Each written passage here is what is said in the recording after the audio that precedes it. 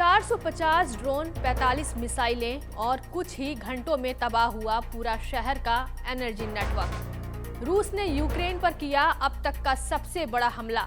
न सिर्फ हथियारों से बल्कि सर्दी की आहट से पहले यूक्रेन की सांसें रोकने की कोशिश की है। इस हमले में सिर्फ 7 लोगों की जान नहीं गई, बल्कि लाखों लोग अब बिना बिजली, बिना हीटिंग के ठंड में ठिठुरने को मजबूर हैं। आपको बता दें कि मिली जानकारी के मुताबिक रूसी सेना के हमले से यूक्रेन के प्रमुख शहरों को नुकसान पहुंचा है।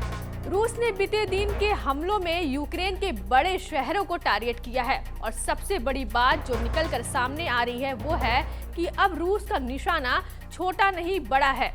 वो अब बड़े शहरों के पावरफुल केंद्रों को डिस्ट्रॉय कर रहा है और ऐसे में कल उसने अपनी एक मिसाइल यूक्रेन के न्यूक्लियर सब स्टेशन पर गिराई, जो बताया जाता है कि अब रूस यूक्रेन के उसके एनर्जी सेक्टर को नष्ट करके उसके भीतर अब एक बड़ा संकट लाने के लिए कोशिश कर रहा है।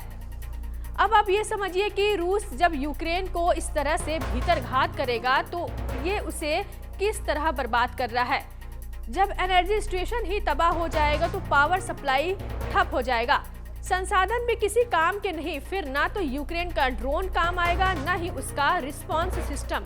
यही है रूस का यूक्रेन पर एनर्जी मिशन। अब आगे जानिए क्या हुआ। दनित्रो में अपार्टमेंट बिल्डिंग पर ड्रोन गिरा जिससे 3 लोगों की मौत हुई और 12 लोग घायल हुए। जापोरिजिया में ड्रोन अटैक की चपेट में आने से 3 लोग मारे गए। वहीं खार्किव में एक शख्स की मौत हुई। यूक्रेन की ऊर्जा मंत्री ने पुष्टि की है कि हवाई हमले से एनर्जी इंफ्रास्ट्रक्चर को नुकसान पहुंचा है, लेकिन इमरजेंसी टीम ने बिजली ग्रिड को स्टेबल कर दिया है। लेकिन इसे पूरी तरह ठीक करने के लिए रेलिंग ब्लैकआउट आवश्यक है, जिसका डर था रूस यूक्रेन युद्ध में वही हो रहा है। रूसी सेना यूरोप के मौसम को हथियार की तरह उपयोग कर रही है। इससे पहले यही मौसम यूक्रेन का डिफेंस सिस्टम था, लेकिन मौसम की प्रकृति बदलना है इसलिए बदल गया। मौसम के अनुकूल होते ही रूस ने चौतरफा हमला तेज कर दिया है। एक्सपर्ट्स ने पहले ही चेतावनी दी थी कि रूस अक्टूबर और नवंबर में हमला तेज करेगा और वो भी वैसा ही रहा है। यूक्रेन के अलग अलग शहरों पर रूस ने 450 से ज्यादा अटैक ड्रोन और करीब 45 लंबी दूरी की खतरनाक बैलिस्टिक मिसाइल से हमला किया। इस हमले में यूक्रेन को भारी जान माल की क्षति पहुंची है। यूक्रेनी हमले में करीब 2 दर्जन लोग मारे गए हैं, साथ ही बड़ी संख्या में लोग घायल हुए हैं। यूक्रेन के कई इलाकों में रूस ने शुक्रवार देर रात ताबड़तोड़ हमला किया। 450 ड्रोन और 45 मिसाइलें अलग अलग दिशाओं में छोड़ी गई। ज्यादातर ईरान निर्मित शहीद ड्रोन बताए जा रहे हैं। इस बार रूस ने सीधे सैन्य ठिकानों को नहीं बल्कि एनर्जी इंफ्रास्ट्रक्चर को निशाना बनाया, यानी बिजली संयंत्र, ग्रिड स्टेशन और ट्रांसमिशन लाइनों को। पूरा कीव शहर कल रात भर अंधेरे में था। रोशनी सिर्फ आसमान में थी क्योंकि रूस की मिसाइल ही रोशनी ला रही थी और जमीन पर आते ही धमाका और धुआं। कीव, खार्किव और इन्प्रो जैसे बड़े शहरों में बिजली और पानी की सप्लाई ठप पड़ गई है। रिपोर्ट्स के मुताबिक सिर्फ कीव में ही 60% घरों में बिजली नहीं है। मूल विवाद ये है कि वे अभी रुकना नहीं चाहते, लेकिन मुझे लगता है कि वे रुकेंगे। मेरा मानना है इस युद्ध ने रूस पर बहुत बड़ा असर डाला है, दोनों देशों पर पड़ा है जाहिर तौर पर, लेकिन ये बहुत भारी पड़ रहा है। वे हर हफ्ते लगभग 7,000 सैनिक खो रहे हैं। ये बहुत बड़ी संख्या है और दोनों तरफ से नुकसान भी तो हो रहा है। हालांकि रूस ज़्यादा सैनिक खो रहा है, लेकिन दोनों देशों को भारी जनहानि उठानी पड़ रही है। मैंने ये युद्ध विरासत में पाया है और मुझे लगता है कि हम इसे बहुत दूर के भविष्य में नहीं बल्कि जल्द ही समाप्त कर देंगे। अब बड़ा सवाल, आखिर रूस का मकसद क्या है? यूक्रेन के राष्ट्रपति जेलेंस्की ने हमलों की पुष्टि की है। उन्होंने कहा कि रूस की ओर से रात में डिनिप्रो शहर पर किए गए हमले के बाद बड़े पैमानों पर रेस्क्यू ऑपरेशन चल रहा है।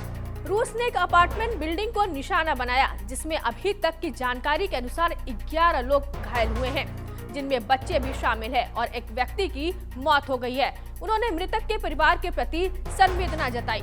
जेलेंस्की ने बताया कि दर्जनों लोगों को मलबे से बचाया गया है। उन्होंने यह भी कहा कि खार्किव, कीव और पोल्टावा क्षेत्रों में भी हमलों के कारण लोगों की मौत और घायल होने की खबरें सामने आई है। उन्होंने यह भी कहा कि खार्किव, कीव और पोल्टावा क्षेत्रों में भी हमलों के कारण लोगों की मौत और घायल होने की खबरें सामने आई है। पिछले साल की तरह ही इस बार भी रूस सर्दी से पहले यूक्रेन की बिजली व्यवस्था को तोड़ने की रणनीति पर काम कर रहा है, क्योंकि बिजली ठप होगी तो हीटिंग सिस्टम बंद हो जाएगा और यूक्रेन की आम जनता पर सीधा असर पड़ेगा। इतना ही नहीं, जेलेंस्की ने कहा कि हमले ताबड़तोड़ हो रहे हैं। साथ ही उन्होंने कहा कि अब रूसी सेना के निशाने पर वह खुद है। यूक्रेन राष्ट्रपति ने इन हमलों के जरिए दुनिया से अपील की है कि रूस पर और कड़े अंतर्राष्ट्रीय प्रतिबंध लगाए जाए ताकि रूस के पास युद्ध जारी रखने के संसाधन न बचे। उन्होंने कहा कि रूस के फ्रीज किए गए एसेट्स, ऊर्जा क्षेत्र और तेल गैस व्यापार पर सख्त से सख्त कार्रवाई होनी चाहिए। इस हमले को एनर्जी वॉर कहा जा रहा है। रूस दरअसल मैन पावर से नहीं, इंफ्रास्ट्रक्चर से युद्ध लड़ना चाहता है ताकि यूक्रेन के लोग सरकार पर दबाव डालें और मोर्चा कमजोर पड़े। यूक्रेनी राष्ट्रपति जेलेंस्की ने कहा कि यह हमला सिर्फ यूक्रेन पर नहीं बल्कि यूरोप की ऊर्जा सुरक्षा पर हमला है। यूक्रेनी सेना का दावा है कि उन्होंने 380 ड्रोन और मिसाइलों को हवा में ही मार गिराया, लेकिन इतने बड़े पैमाने पर हमलों से नुकसान को पूरी तरह टाल पाना असंभव था। अभी यूक्रेनी पश्चिमी देशों से ज्यादा और एयर डिफेंस सिस्टम और एनर्जी सपोर्ट मांग रही है। अमेरिका और यूरोपीय देशों ने इस हमले की कड़ी निंदा की है। रूस का यह कदम नागरिक बुनियादी ढांचा पर सीधा हमला है जो अंतर्राष्ट्रीय कानून का उल्लंघन है। दूसरी ओर रूस का कहना है कि उसने सिर्फ सैन्य और रणनीतिक ठिकानों को निशाना बनाया है। इस हमले के बाद यूरोप में फिर से गैस प्राइस और एनर्जी कंसर्न्स बढ़ने की आशंका जताई जा रही है। तो अब सवाल है कि क्या यह हमला यूक्रेन के मनोबल को तोड़ेगा या फिर रूस की रणनीति खुद उसके खिलाफ जाएगी। जेलेंस्की ने अपने सहयोगी देशों America, Germany, Norway, Netherland, Canada, Britain, Japan, Italy, Spain, Lithuania, Denmark, Estonia और यूरोप आयोग का समर्थन के लिए धन्यवाद भी दिया है। उन्होंने बताया कि इन देशों का ऊर्जा इंफ्रास्ट्रक्चर को बचाने के लिए चल रहे सहयोग महत्वपूर्ण है। विवाद रूस और यूक्रेन के बीच इस तरह पहुंच गया है कि अब तक जो निशाना लोग बन रहे थे वो अब धीरे धीरे यूक्रेन के संसाधनों को बनाया जा रहा है।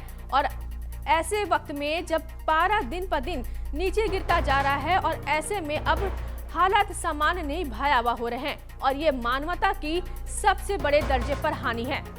जानकारों का कहना है कि रूस भले ही तत्कालीन नुकसान पहुंचा दे, लेकिन पश्चिमी मदद से यूक्रेन अपनी ऊर्जा व्यवस्था को फिर से खड़ा कर सकता है। फिलहाल यह साफ है कि सर्दी की इस जंग में अब हथियार नहीं बल्कि बिजली और हौसले की ताकत ही निर्णायक होगी।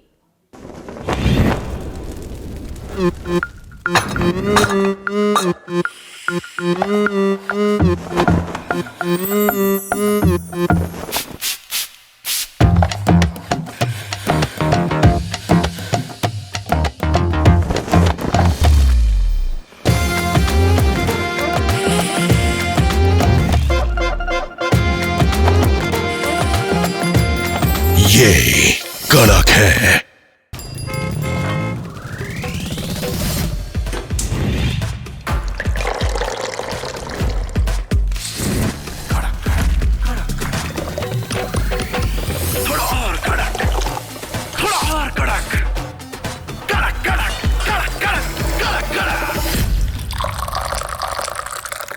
ये कड़क है।